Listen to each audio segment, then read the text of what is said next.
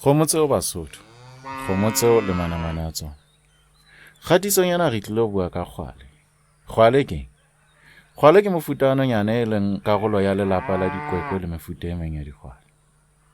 E fumaneha haholo dithoteng tsa jwang le dithoteng tse kang mahatata tsa Afrika Borwa le naheng e ka hare e leng mmuso wa Lesotho. Maele ka kgwale. A mang a maele a Sesotho a tsebahalang haholo a sebedisang nonyana ena ke a reng? Bana ba kgwale ba bitsana ka molodi. Maele ana a bolelang?